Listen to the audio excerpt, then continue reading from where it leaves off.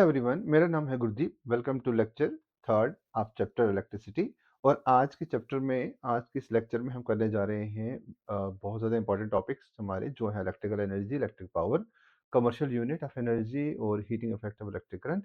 तो बने रहिए मेरे साथ। और आज के इस लेक्चर के बाद आपके डाउट्स जो है ना इन टॉपिक्स को लेके, वो 100% क्लियर होने वाले हैं। मैं 99.9% भी नहीं कह रहा हूँ, मैं 100% कह रहा हूँ। ठीक है, बस बने रहिए मेरे साथ। तो चलिए शुरू करते हैं।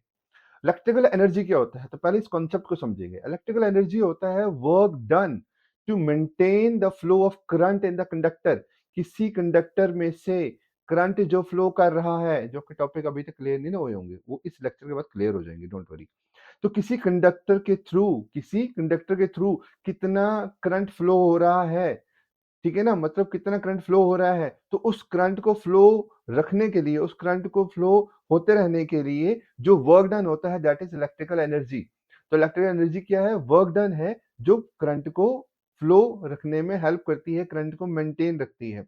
सो W is equal to Q into V. जो W होता है वो हमारा चार्ज इंटू V होता है, यानी कि पोटेंशियल डिफरेंस होता है, voltage, that is Q is equal to charge.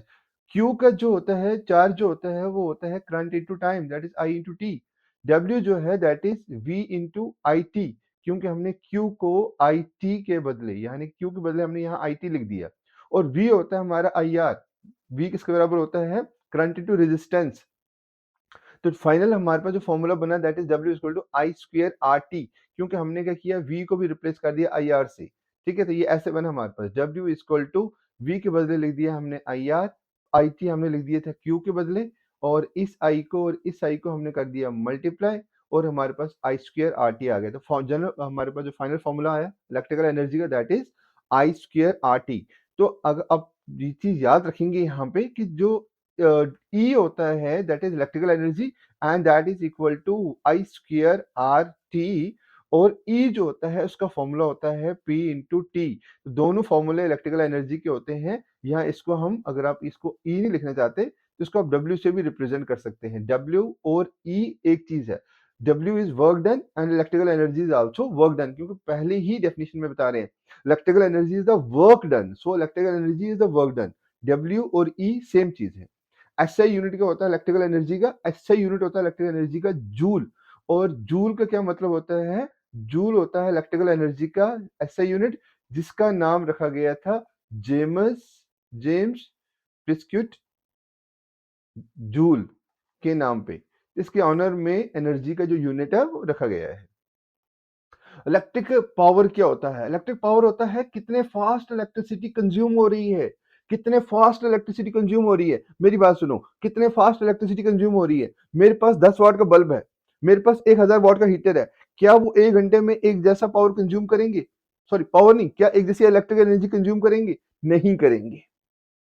जिसका जितना ज्यादा पावर होता है वो उतनी ज्यादा इलेक्ट्रिक एनर्जी कंज्यूम करेगा।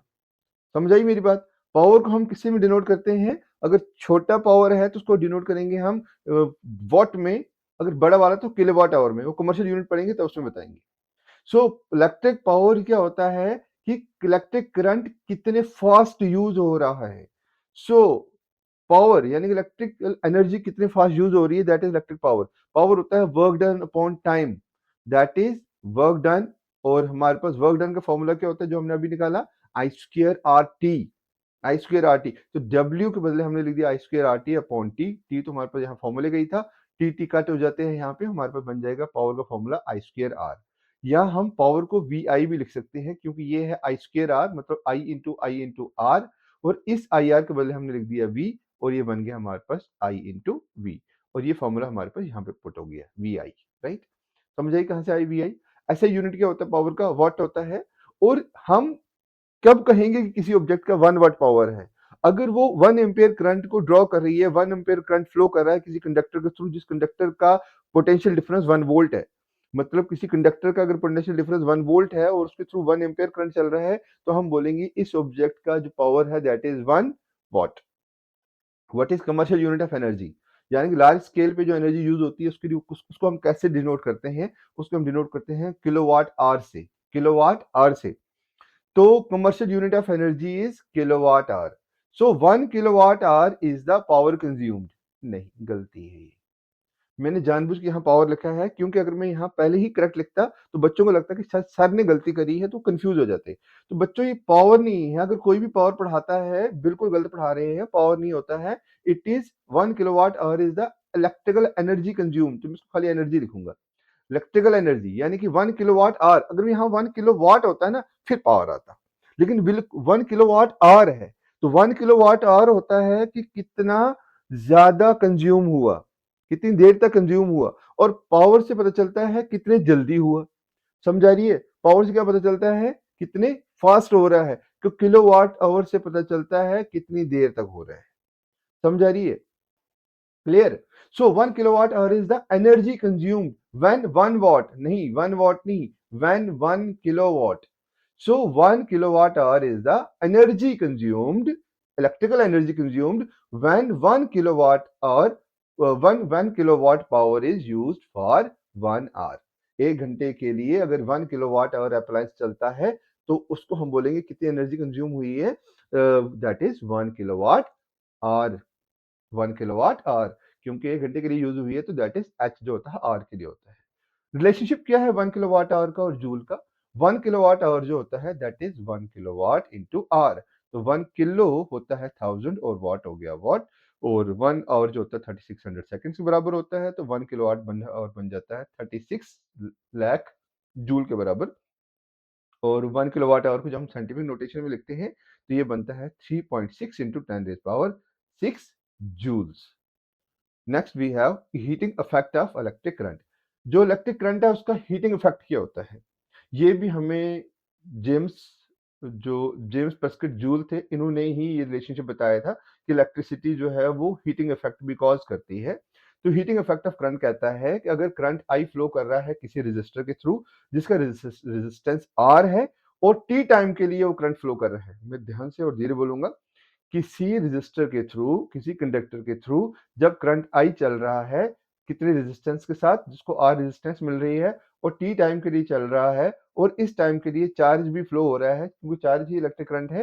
तो ये जो वर्क डन होता है इसमें, मतलब जब ये सब कुछ हो रहा है उस टाइम जो वर्क डन होता है वो किसके बराबर होता है? क्यू वी, यानी कि work done equal to charge into potential difference, that is W equal to Q V. Power जो होता है वो W अपॉन टी होता है, ये हमें पता है। W के बदले हमने लिख दिया QV क्योंकि हमने ऊपर ही बताया हुआ था। तो QV अपॉन टी, और Q अपॉन टी जो होता है वो I के बराबर होता है। तो यहाँ से ना छोटी-छोटी चीजें आपको समझने को मिलेंगी। चार्ज अपॉन टाइम जो होता है वो करंट होता है। तो हमने Q अपॉन टी को हटा के लिख दिया I, तो P बन गया हमारा IV। हीट एनर्जी को हम क्या लिखेंगे? हीट एनर्जी जो होता है that is P into T, यानी कि power into time. Heat energy पहले भी बताया था मैंने आपको, इलेक्ट्रिकल एनर्जी जो होता है वो P इंटू टी होता है। यहाँ हीट एनर्जी है वो इलेक्ट्रिसिटी से बनी है, so heat energy is equal to P into T. और हमारे पास P जो है वो IV है, इसीलिए हमने P को हटा के लिख दिया यहाँ IV। अब हमें पता है कि V जो है वो IR के बराबर है। अब इस V को हटा के हम लिख देंगे IR। तो यहाँ पे टोटल फॉर्मूला जो बन गया, हमारा फाइनल फॉर्मूला जो बन गया that is H equal to I square R T, क्योंकि इस V के बदले हमने लिख दिया IR। तो पहले तो IR IT हमारे पास पहले से था, तो II को हमने कर दिया मल्टीप्लाई और बन गया स्क्वायर, और ये RT होगा मल्टीप्लाई। तो फाइनल फॉर्मूला हमारे पास आया H equal to I square R T. कुछ इंपॉर्टेंट फॉर्मूलेज हैं हमारे पास यहाँ पे, इनको आप याद रखेंगे अपने एग्जाम के न्यूमेरिकल्स के लिए। ठीक है? अगर ये वीडियो आपको अच्छी लगी हो तो लाइक करें, सब्सक्राइब करें, और आने वाले 2 लेक्चर्स में हम न्यूमेरिकल्स करेंगे, तो सब्सक्राइब करो और लाइक ठोको अगर आपको पसंद आई हो, आपको कुछ क्लियर हुआ हो, आपको समझ आई हो। Share with your friends and have a good day, take care.